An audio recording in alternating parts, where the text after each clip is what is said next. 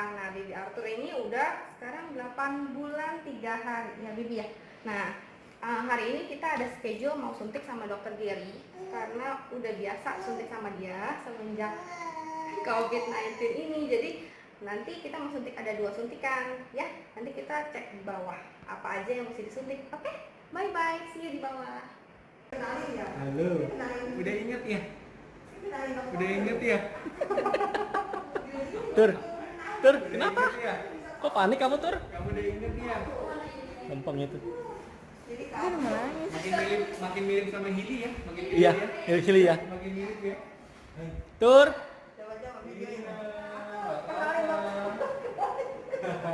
Mukanya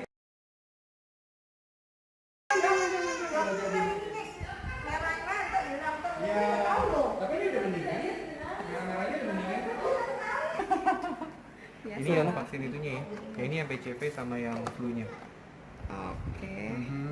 Hari ini vaksin. Yang ini flu, yang ini yang PCV. Yang berapa kali? Ini yang ketiga. Oke, ya. Ini flu yang pertama. Nanti flu berapa kali ya? Flu 2 kali. Nanti rencananya yang ini sekali, bulan depan sekali lagi. Karena di tahun yang pertama dia jadi perlu begitu. Jadi ini 2 sekalian nggak apa-apa ya? Suntik ya dua-duanya ya? Iya. Oh, stop. 69 tuh tanggal 3. 69 tuh sebenarnya baby umur 9 bulan rata-rata. Kamu waktu umur 6 bulan panjangnya udah 29. Kamu 1,5 kali lipat. Iya. Suntiknya yang dulu ya. Tangannya disimpan, tangannya disimpan. Nanti disimpan. Sus, pegangin. Ya udah. Pegangin, Sus, tangannya, Sus. Ya, sayang ya. Satu selesai. Hebat. Gendong dulu. Iya. Senang banget hari ini nggak dapat data suntik ya? Jadi ya. Satu lagi pakainya berarti yang yes. Oke. Mas tangannya. Saya dari Yang sini ini ya. ya. Iya, mesti. Ini udah liatin terus dokternya tuh. Iya. Tuh. Curiga mau ya. Maafin ya sayang ya. Oh iya sayang, maaf yang ini lagi sakit. Maafin, udah selesai. Hebat. Udah selesai. Maaf. Dah, oke. Iya. Oke, stop. Maafin. Stop. Pintar.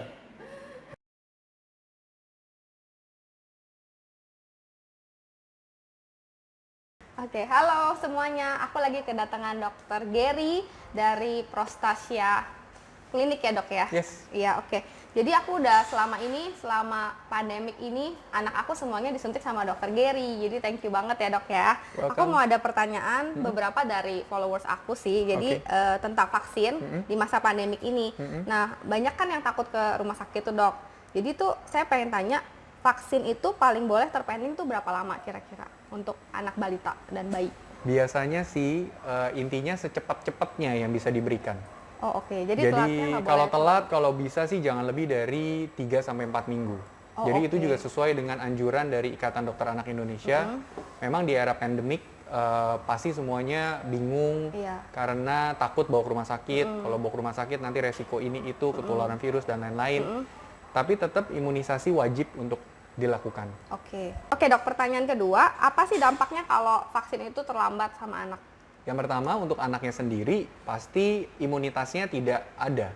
Jadi kalau misalnya anaknya udah waktunya suntik campak, tapi ternyata dia nggak disuntik campak, nanti yang ada anaknya tidak punya kekebalan dan secara virus campak itu dibawa oleh udara airborne, anak kita bisa aja tiba-tiba kena campak, lalu dia bisa nular ke tetangga. Oh kayak gitu ya dok. Karena Tapi kan penular. mereka merasanya tuh kayak oh kita di rumah aja jadi aman gitu, nggak gitu ya dok ya? Kalau airborne, mau di rumah aja pun juga tetap aja Oh gitu ya. ada resiko. Oke, apalagi anak-anak sensitif gitu ya dok ya. Betul. Maksudnya gampang sekali tertular ya. Jadi tetap nggak boleh telat ya dok ya. Di bawah 2 tahun anak-anak antibodinya masih lemah. Oke. Tiga ya dok ya. Nah untuk situasi seperti ini nih optionsnya pemberian vaksin tuh apa aja dok? Maksudnya kan kalau saya kan pilihannya dokter ke sini gitu kan. Kalau misalnya harus terpaksa ke rumah sakit tuh harus apa aja yang dilakukan sama mami-mami ini? Biasanya sih kalau misalnya biasanya harus ke rumah sakit, itu tetap dengan kondisi misalnya memang vaksinasi harus tetap dilakukan. Biasanya yang wajib dilakukan adalah yang pertama harus selalu menjaga perlindungan diri. Itu nomor satu. Untuk anak-anak di bawah usia 2 tahun, pakai face shield boleh atau topi yang dengan ada penutupnya seperti itu. Tanpa pakai masker nggak apa-apa. Tapi kalau misalnya untuk anak-anak yang di atas 2 tahun, mereka sudah boleh diberikan masker. Iya. Dan biasanya wajib untuk melakukan pendaftarannya secara online. Oke. Jadi supaya tahu kapan akan tiba di sana, kapan akan bisa masuk, dan yang pasti untuk mempersingkat waktu di mana kemungkinan anak-anak bisa cranky di mobil. Oke. Karena banyak banget yang ngobrol sama saya, mereka coba ke rumah sakit tapi cranky banget anaknya di mobil, nunggu dan lain-lain, mereka tuh nggak tahan. Jadi kalau misalnya memang harus banget ke rumah sakit, dan saya rasa persiapannya seperti itu. Oke, iya. Baik. Kalau mami-mami optionnya mau seperti saya nih, kayak dokter ke rumah gitu dari klinik untuk datang untuk vaksin imunisasi di rumah, itu sebenarnya obatnya tuh bakal sama persis kan dengan yang di rumah sakit? Betul. Karena kebetulan Prostasia, klinik saya adalah klinik vaksin. Kami sudah dari tahun 2013 memberikan vaksinasi baik untuk dewasa maupun anak-anak. Jadi vaksinnya sudah pasti sama seperti yang ada di rumah sakit ataupun ke dokter anak manapun. Oke, jadi nggak usah khawatir ya, nanti juga sebelum vaksin kita dikasih lihat obat-obatnya ya dok, Betul, seperti itu ya. betul. Oke. Sekarang nih dokter juga sebagai dokter ini kan riskan juga kemana-mana kan, jadi kan dokter katanya juga punya baby di rumah. Nah itu prosedurnya dokter tuh gimana supaya menjaga keamanan dokter, kesehatan dokter sendiri sama si baby yang di rumah, sama family itu gimana dok? Ya pertama, kalau setiap kali kami sebagai dokter-dokter yang ada di Prostasia, termasuk saya, kita rutin untuk rapid test. Walaupun itu tidak seakurat itu, tapi seenggak-enggaknya itu rutin berkala. Karena kan datang-datang ke rumahnya ini juga lagi cukup banyak. Iya. Lalu yang kedua, setelah selesai dari ke rumah-rumah pasien, biasanya kalau saya pulang, saya nggak langsung pegang anak saya dulu. Pasti mandi, bersihin semuanya, setelah itu baru main dengan anak. Oke, kayak gitu ya dok ya. Oke, thank you banget ya Dokter Gary atas masukannya dan inputnya hari ini. Jadi sekian dan terima kasih ya. Aku akan taruh deskripsi Dokter Gary dan juga kliniknya di description box di bawah. Thank you. Thank you.